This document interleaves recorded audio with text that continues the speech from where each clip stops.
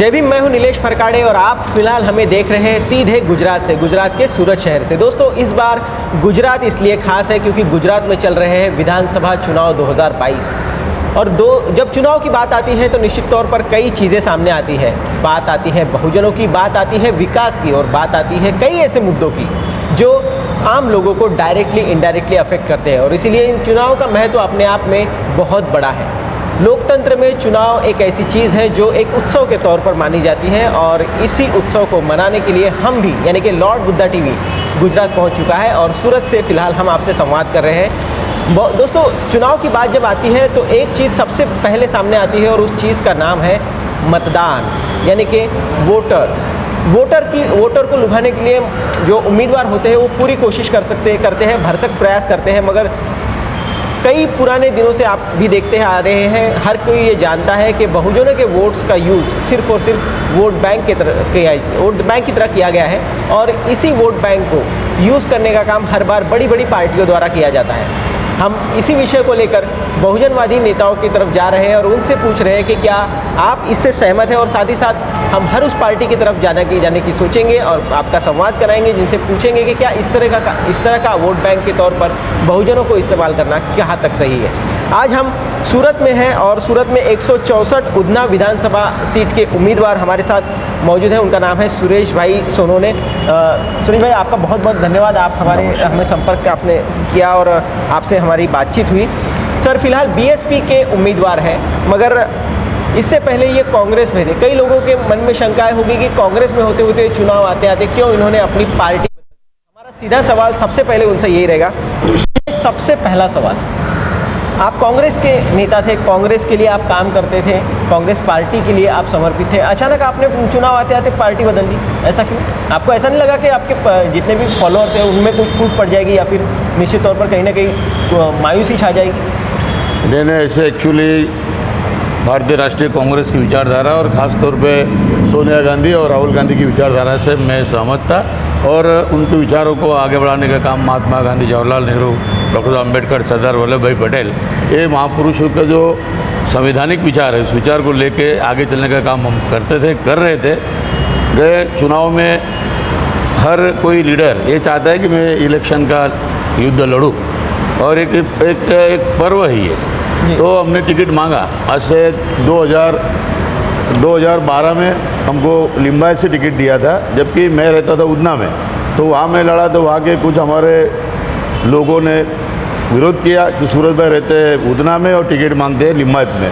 तो इस बार हमको सोचा कि उधना है हमारा घर है, उधना में इतने हमारी संख्या है, SC ST OBC माइनॉरिटी की संख्या करीबन 1.25 लाख से ऊपर है। पर प्रांतीय यूपी, बिहार, राजस्थान, उड़ीसा के मजदूर वर्ग है और मैं मजदूर प्रवृत्ति से आता हूँ, लेबर प्रवृत्ति से आता हूँ, लोगों के काम से जुड़ा हूँ। तो हमने कांग्रेस पार्टी को कहा कि हमें उधना से टिकट दे दीजिए, तो उन्होंने छल्ले तक हमको कहा कि आपको टिकट मिलेगी।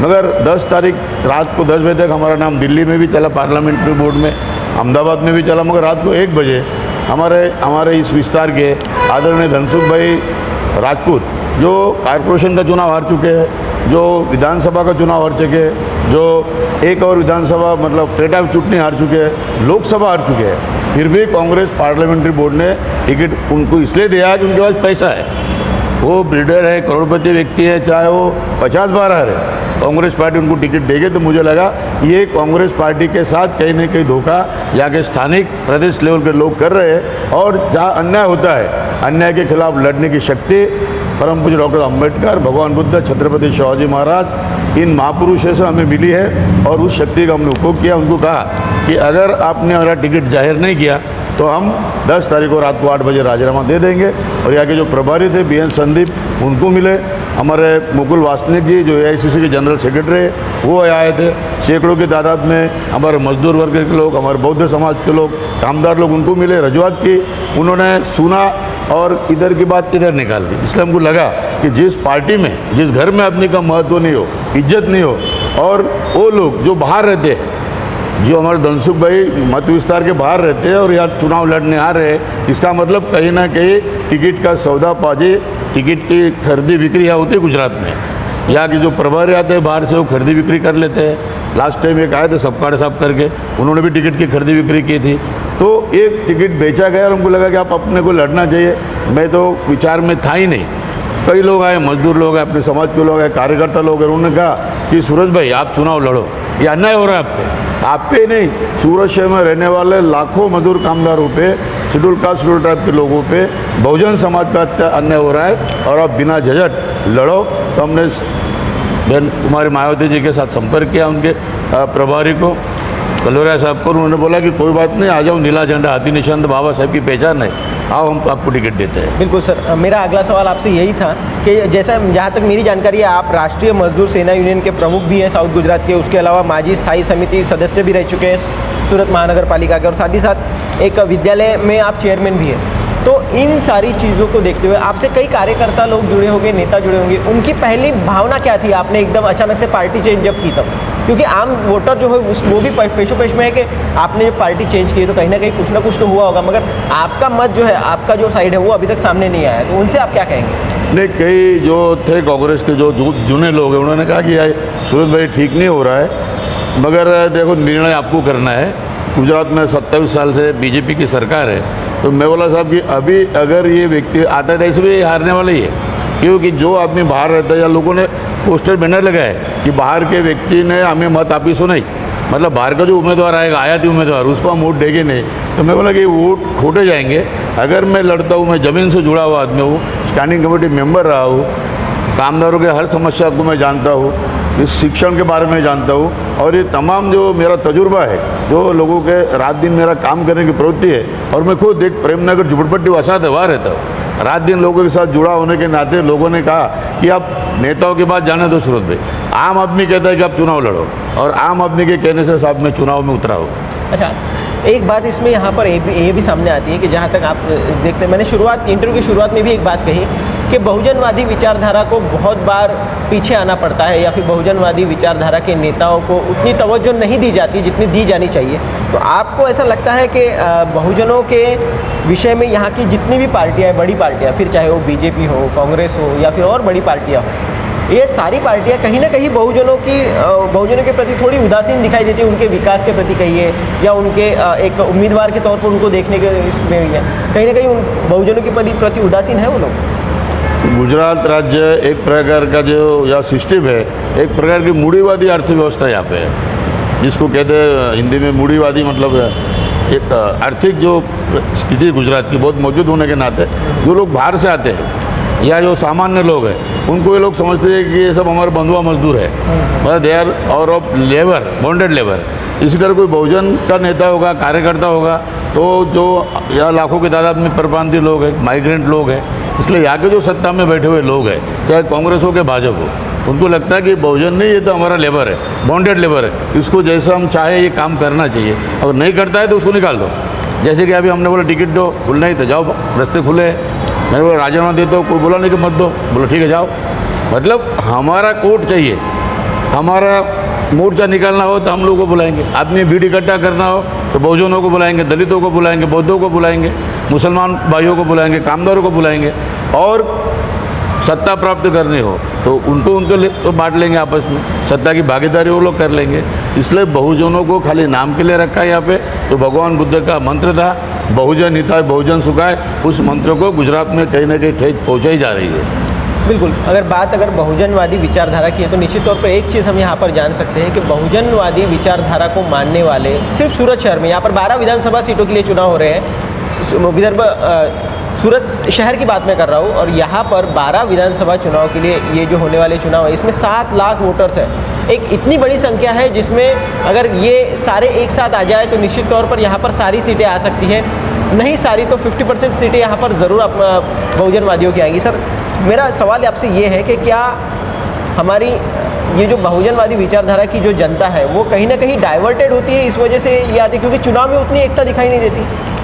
नहीं, इसका मुख्य कारण है कि यहाँ जो अलग अलग स्टेट से आए हुए लोग हैं, सूरत एक मिनी इंडिया है, या यूपी, बिहार, महाराष्ट्र, राजस्थान, आंध्र प्रदेश, उड़ीसा और देश के अन्य भागों से लोग यहाँ रोजी रोटी की तलाश में आए, और पिछले 50 साल से सूरत को इन्होंने अपनी जन्मभूमि, कर्मभूमि से बना ली। अभी हमारी तीसरी पीढ़ी है। मेरे पिताजी थे मैं हूँ और अभी मेरे बच्चे हैं, तो ये तीसरी पीढ़ी में आप विचार करो कि आज हमको जात का दाखला नहीं मिलता है। हम शेड्यूल कास्ट से आते हैं, हम बौद्धिक धम्म को अंगीकार किए हुए, जात का दाखला के बाद आते हैं कि ना तुम्हें बाहर ना छो, हम प्रांतीय छो, सरकारें बोलती है, चाहे कांग्रेस हो कि बीजेपी हो। ज़रा हिंदी में बताएंगे फिर से एक बार। ये यहाँ हम लोग हजारों लाखों की तादाद में 40 साल से हम यहाँ रह रहे हैं, तीसरी पीढ़ी हमारी है, मगर हमको जाति का प्रमाण पत्र, हम शेड्यूल कास्ट से आते हैं, महार कम्युनिटी से, बौद्ध धम्म हमने अंगीकार किया है। कि जात का दाखला मांगते तो बोले तमें आप बाहर के, आप परप्रांतीय है, आप महाराष्ट्र से आए, महाराष्ट्र में आपको लाभ मिलना चाहिए। हम महाराष्ट्र में जाते हैं तो महाराष्ट्र के लोग बोलते हैं आपको गुजरात में, आपको वोटिंग कार्ड गुजरात का, आधार कार्ड गुजरात का, रेशन कार्ड गुजरात का, 50-40 साल से वहाँ रह रहे, आपके बच्चे का जन्म हुआ है, हम काय को देंगे आपको। तो हमारी स्थिति ऐसे घर के न घाट की स्थिति में हम लोग आ गए। तो हम ये मांग कर रहे हैं कि भाई ये दो, अगर ये देंगे तो अनामत का लाभ हमको मिलेगा, शिक्षा में लाभ मिलेगा, हमारे बच्चे भी पढ़ लिख के अनामत का लाभ लेंगे। जो कॉन्स्टिट्यूशन अधिकार डॉक्टर अम्बेडकर जी ने संविधान में हमें दिए, जाति प्रमाण पत्र न मिलने की वजह से कोई लाभ या के बहुजनों को, चाहे SC हो, ST हो, OBC हो या मुस्लिम समाज हो, कोई लाभ या बंधन मिलते नहीं है। ये बहुत बड़ा एक विषय है जो सर ने अभी बातों बातों में हमें बताया है। निश्चित तौर पर ऐसा नहीं होना चाहिए। भारतवर्ष हमारा अपना राष्ट्र है और यहाँ पर सभी को समान अधिकार है। डॉक्टर बाबा साहब अम्बेडकर ने हमें समान अधिकार दिए हैं, तो ये सारी सुविधाएं हर जगह सही मायने में सबको मिलनी चाहिए, ऐसा तो हम भी कहेंगे। सर महत्वपूर्ण चीज़ है, थोड़ा सा चुनाव की ओर बढ़ते हैं। चुनावी रणनीति अब शुरू हो चुकी है, चुनावी दंगल शुरू हो चुका है, सभी ने अपने अपने मुद्दे रखने शुरू कर दिए हैं, सभी ने अपने अपनी विचारधारा को आगे बढ़ाना शुरू कर दिया है। कहीं ना कहीं लोगों से मिलना, लोगों को मैं कितना अच्छा हूँ ये लोगों को समझाने की कोशिश हो रही है। तो जाहिर सी बात है, आप उम्मीदवार के तौर पर BSP के तौर से चुनाव लड़ने वाले हैं, तो आपके मुख्य मुद्दे कौन कौन से हैं जिसको लेकर आप जनता के बीच जाने वाले हैं? और स्पेशली ये भी आपसे जानना चाहूँगा कि बहुजनवादी विचारधारा की जो जनता है उनसे आप क्या कहेंगे, किन किन मुद्दों को लेकर आप ये चुनाव लड़ रहे हैं? देखो, वैसे तो पूरे जो मतदार संघ है वहाँ पे 85% बहुजन समाज के लोग हैं, SC, ST, OBC और माइनॉरिटी। ये बहुजनों की बहुत सारी समस्या है। पहली समस्या है कि 27 साल से बीजेपी की सरकार यहाँ है, संविधान को तरोड़ मरोड़ करने का काम ये लोग कर रहे हैं, कोई भी कॉन्स्टिट्यूशनल अधिकार हम लोग को मिलते नहीं है, मजदूरों के हक और अधिकार छीने जा रहे हैं। जितने भी लेबर कानून थे वो तमाम लेबर कानून को 2014 के बाद डिमोलिश कर दिया है। आज कोई कामदार अपने हक अधिकार मांगने जाता है, बहुजन अपने हक अधिकार मांगने जाता है तो पुलिस द्वारा उनको किडनैप किया, मतलब उन पर केस दाखिल हो जाती है। कोई आंदोलन करने जाते हैं तो पुलिस परवानगी देती नहीं है। लोकशाही के देश में राष्ट्रपिता महात्मा गांधी भी गौरव से लड़े, उनको भी कभी रोका नहीं होगा। ऐसा रोक गुजरात में गुजरात की पुलिस द्वारा होता है, और कोई कार्यक्रम करे लोकशाही मार्ग से वो कार्यक्रम को पुलिस सफल नहीं होने देती। गुजरात में लोकशाही नहीं रही है, संविधान को तरोड़ मोड़ के जा रहा है, और जो समस्या है बेकारी, बेरोजगारी, महंगाई, जनता उससे त्रस्त है। नौजवान बेकार है, शिक्षित बेरोजगार है, पेट्रोल डीजल के भाव बढ़ रहे हैं, महिलाओं पे दिन दहाड़े अत्याचार, अन्याय, बलात्कार हो रहे। 3 साल की बच्ची पे हमारे लिम्बायत में बलात्कार हुआ, उसको हम लोग लड़ के फांसी दिलाए। या कई इलाके में बहुजनों की बहन बेटियां सलामत नहीं है, उन पर अत्याचार, अन्य बलात्कार और मर्डर हो रहे हैं। हमारे गली गली में दारू के अड्डे हैं, हम उनके खिलाफ मोर्चा निकालते हैं तो पुलिस मोर्चा निकालने वाले पे केस करता है कि तुम दारू के अड्डे चलाते हो। कहाँ का न्याय है, कहाँ लोकशाही रही है? तो शिक्षण स्कूल में आप जाके देखो, नरेंद्र भाई मोदी जी बोल रहे हैं कि हम बड़ी बड़ी 5 स्टार स्कूल बनाएंगे। आप चलो नागसन नगर में देख लो, वहाँ छत नहीं बच्चों को पढ़ने के लिए, टीचर नहीं पढ़ाने के लिए, बच्चे झगड़ा करते आपस में। 3 साल तो कोरोना में ऐसे ही चले गए, और अब जब चालू हुआ है तो शिक्षक बिना हमारे विद्यार्थी, आप नागसन की बात नहीं, पूरे शहर में चलो मेरे साथ, एक शिक्षक पूरे 7 क्लास को चलाता है, 8 क्लास को चलाता है। तो आप बताओ, एक शिक्षक, अरे जो ढोर बेर बकरियों को पालने के लिए भी 2 लोग रखते हैं, उनको पीने के पानी की सुविधा होती है। याद देखो, आप आए हो तो मैं आपको ले जाऊंगा, तो स्कूलों की स्थिति देख लो, ना कोई साफ सफाई है, न CC कैमरे है। स्कूलों में बच्चों पे रेप हो रहा है, मतलब उन पर अत्याचार हो रहा है, ये दिन दहाड़े आ रहा है अखबारों में। तो ऐसी स्थिति में ये तमाम जो चीज़ें हैं उनके खिलाफ हम लड़ रहे हैं। खास तौर पे जो संवैधानिक अधिकारों की रक्षा, शिक्षण का जो प्राइवेटाइजेशन हो रहा है, आज हमारा बच्चा 1 से 8 पास, बाद में नापास, क्योंकि पढ़ाते ही नहीं है। मतलब बाबा साहब अम्बेडकर ने जो हमें शिक्षा दी थी कि शिक्षित बनो, संगठित बनो और अपने हक और अधिकार के लिए लड़ो, ये BJP RSS के लोगों ने वही मुद्दा को डिमोलिश करने का काम गुजरात में किया है, ताकि हम लोग शिक्षा से वंचित हो जाए। 1 से 7 पास, बाद में नापास। कोई हमारा बच्चा कॉलेज तक जा नहीं रहा है। क्यों? आगे जाके कोई अनामत के लाभ नहीं है। तो शिक्षा के लिए हमारा काम है, प्राइवेटेशन हो गया है। प्राइवेट में तुम जाएंगे, कभी उद्योगपति धक्का मार के कामदार को निकाल देता है, कोई भूल हो ना हो, साल 2 साल काम किया, बिना हक दिए निकाल देते हैं। प्राइवेटेशन के खिलाफ हमारी लड़ाई है। दूसरी जो महंगाई बेकारी तो बोला ही मैंने आपको, खेडूत पे अत्याचार की समस्या है। खेडूत पे मतलब उनका देवा बढ़ गया है, बिजली नहीं मिलती है समय पर। पुलिस वाले के सवाल है, तो पुलिस डिपार्टमेंट में 24 घंटा नौकरी करते हैं, फिर भी उनको सही पेमेंट नहीं मिलता है। क्यों? कि कॉन्ट्रैक्ट प्रथा के तहत पूरा शोषण मजदूर, कामदार और बहुजन समाज का गुजरात की सरकार कर रही है। लोगों को अपने हक अधिकार लड़ने के लिए किसी प्रकार का लोकशाही मार्ग से आंदोलन करने का अधिकार गुजरात राज्य में नहीं है। ये बड़ी दुखद घटना है। और आपने देखा होगा कि Bilkis Bano murder, rape murder कांड में गुजरात के ही मंत्रिमंडल ने फैसला किया कि उनको छोड़ दो। जिसको कोर्ट अदालत ने फांसी के अदालत ने जिनको सज़ा दी हो और उनको छोड़ दिया जाता है। और नरेंद्र भाई मोदी महिलाओं के विकास की बात करते, महिलाओं सुरक्षा की बात करते, जबकि गुजरात में बलात्कारियों को, हत्यारों को छोड़ दिया जा रहा है। ऐसी स्थिति में जनता त्रस्त है और ये नेता लोग मस्त है, इसलिए हम हाथी लेके खड़े हैं।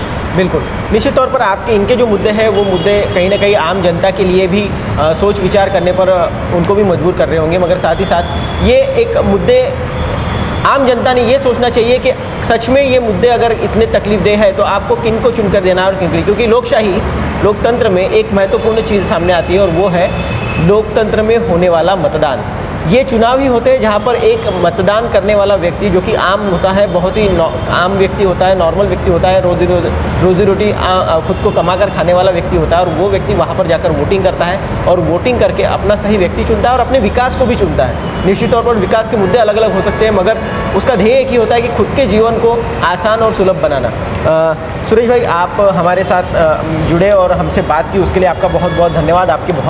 आपने समय निकाला और उसके लिए हमसे बात की, उसके लिए बहुत बहुत धन्यवाद। आपका भी धन्यवाद, दर्शक मित्रों का भी नमस्कार, नमो बुद्धाय, जय भीम, जय शिवराय।